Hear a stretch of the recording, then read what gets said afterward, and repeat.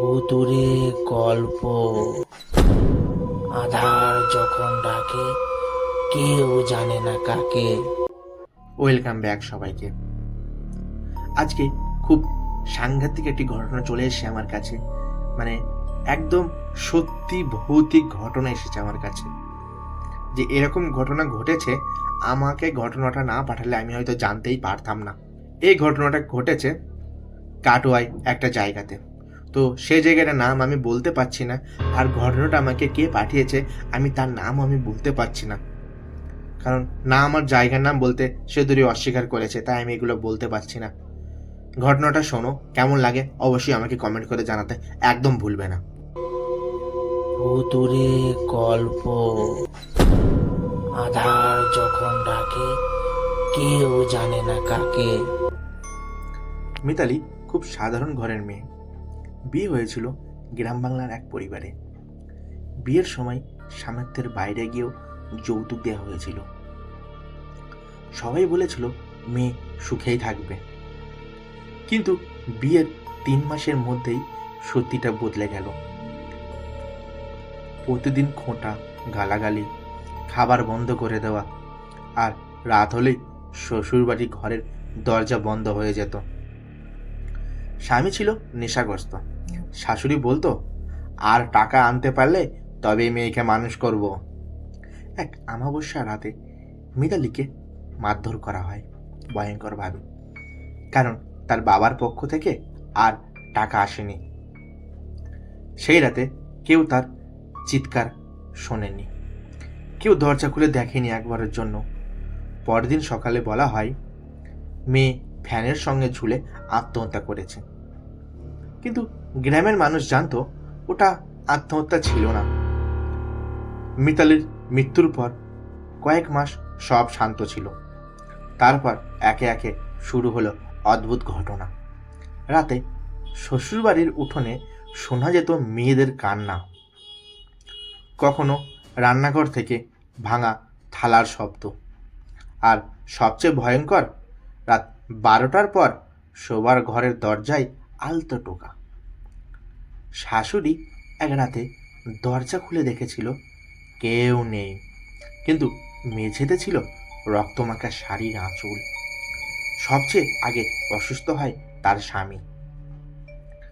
সে চিৎকার করে বলতো, ও ঘরের কোণে দাঁড়িয়ে আছে, ওর গলা কালো দাগে ভরা। মিতালির মৃত্যুর পর শ্বশুরবাড়িতে নিয়ম মাফিক শ্রাদ্ধ, লোক দেখানো, কান্না সবই হয়েছিল, কিন্তু কেউ তার বাবাকে ঠিক করে ঘরে ঢুকতে দেয়নি। শাশুড়ি শুধু বলেছিল, সব ভুলে যাও, মেয়েটা দুর্বল ছিল। কিন্তু গ্রামের সব বৃদ্ধা ফিসফিস করে বলেছিল, মরার পরও ও ফিরবে। মিতালির একটা ছোট দেওয়ার ছিল, তার নাম রাহুল। তখন ক্লাস 9-এ পড়ে।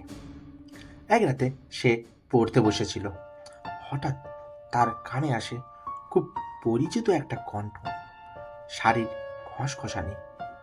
সে মাথা তুলে দেখে ঘরের দরজার কাছে কেউ দাঁড়িয়ে আছে, মাথার নিচু, চুল মুখ দিয়ে ঢাকা।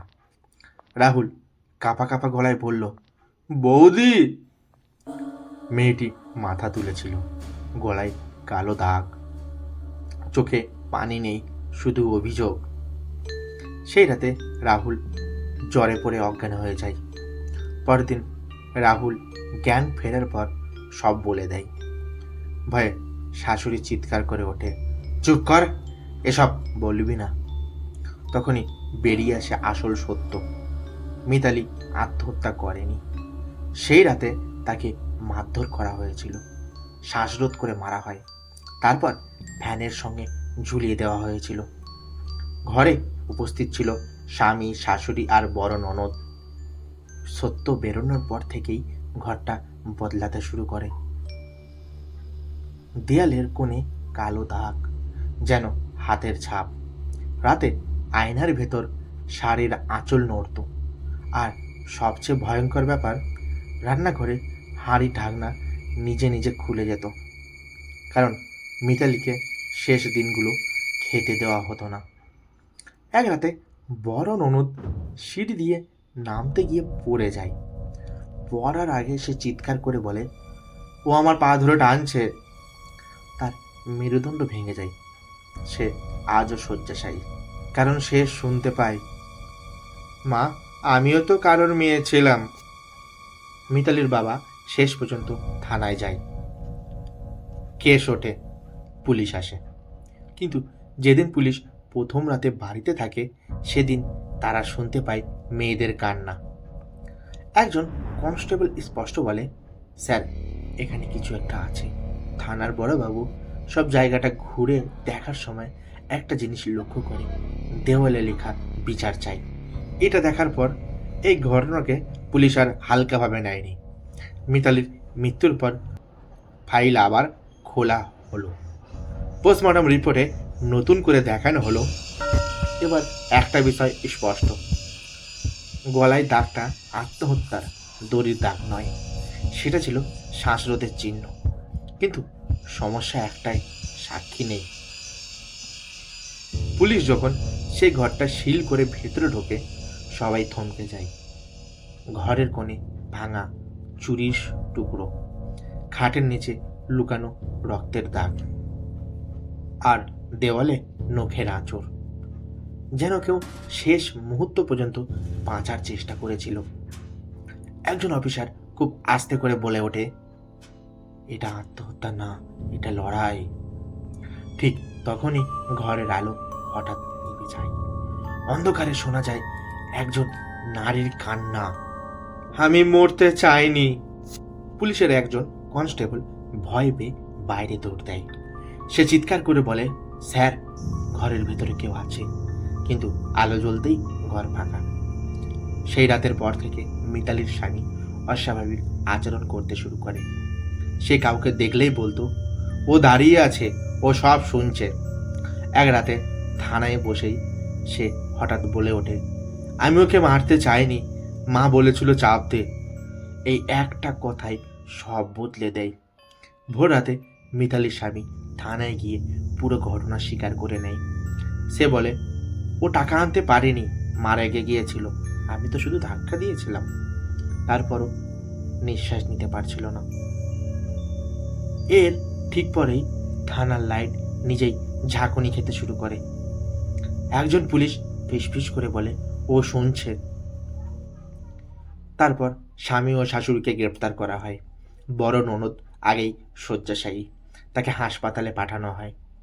গ্রেপ্তারের সময় শাশুড়ি বারবার পিছনে তাকাচ্ছিল।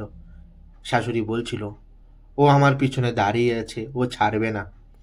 কেস কোর্টে ওঠে, কিন্তু রায় হওয়ার আগেই শাশুড়ি জেলে অসুস্থ হয়ে মারা যায়।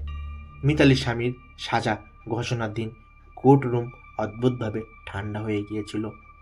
জজ রায় পড়ার সময় হঠাৎ একবার থেমে যান। তিনি পড়ে বলেছিলেন, মনে হচ্ছিল কেউ খুব কাছে থেকে তাকিয়ে আছে। রায় হয় আজীবন কারাদণ্ড। ঠিক সেই মুহূর্তে কোর্টরুমের এক কোণে রাখা ফুলের মালা মাটিতে পড়ে যায়। রায়ের পর পুলিশ বাড়িটা পুরোপুরি সিল করে দেয়, কেউ আর সেখানে ঢোকে না। কিন্তু সিল করার আগের রাতে একজন কনস্টেবল পাহারায় ছিল। সে পরে বলেছিল, রাত 3টের দিকে দেখলাম ঘরের ভেতর একটা আলো জ্বলছে। একজন নববধূ দাঁড়িয়েছিল, সে কাঁদছিল না, শুধু তাকিয়েছিল। সেই রাতেই মিতালির বাবা স্বপ্ন দেখে মিতালি সাদা শাড়িতে শান্ত মুখে দাঁড়িয়ে আছে, আর মিতালি বলছে, বাবা, এবার আমার যাওয়ার সময় হয়েছে। মিতালির বাবা বলে, তুই কষ্টে ছিলি মা? মিতালি শুধু বলেছিল, যন্ত্রণা শেষ হয়েছে। পরদিন সকালে সিল করা ঘরের ভেতর একটা জিনিস পড়ে থাকতে দেখা যায়, মিতালির বিয়ের সিঁদুরের কৌটো, খালি। কোনো রক্ত নেই, কোনো আঁচড় নেই। তারপর আর কোনো শব্দ শোনা যায়নি, কোনো কান্না না, কোনো ছায়া না। শুধু বাড়িটার সামনে দিয়ে গেলে মানুষ বুকের ভেতরে একটা ভার অনুভব করে, ভয় নয়, লজ্জা।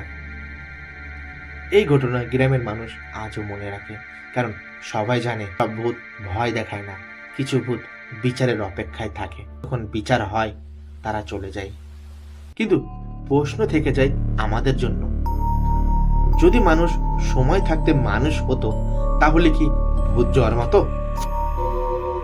ভুতুরে গল্প। আধার যখন ডাকে কেউ জানে না কাকে। আর আমাকে ঘটনা পাঠাতে হলে মেল করতে পারো ভুতুরে গল্প 123@gmail.com, অথবা ফেসবুকে গিয়ে ইনবক্সে ঘটনা পাঠিয়ে দাও। তাই সবাই দেরি কেন করছো? সবাই ঝটপট করে আমাকে ঘটনা পাঠিয়ে দাও।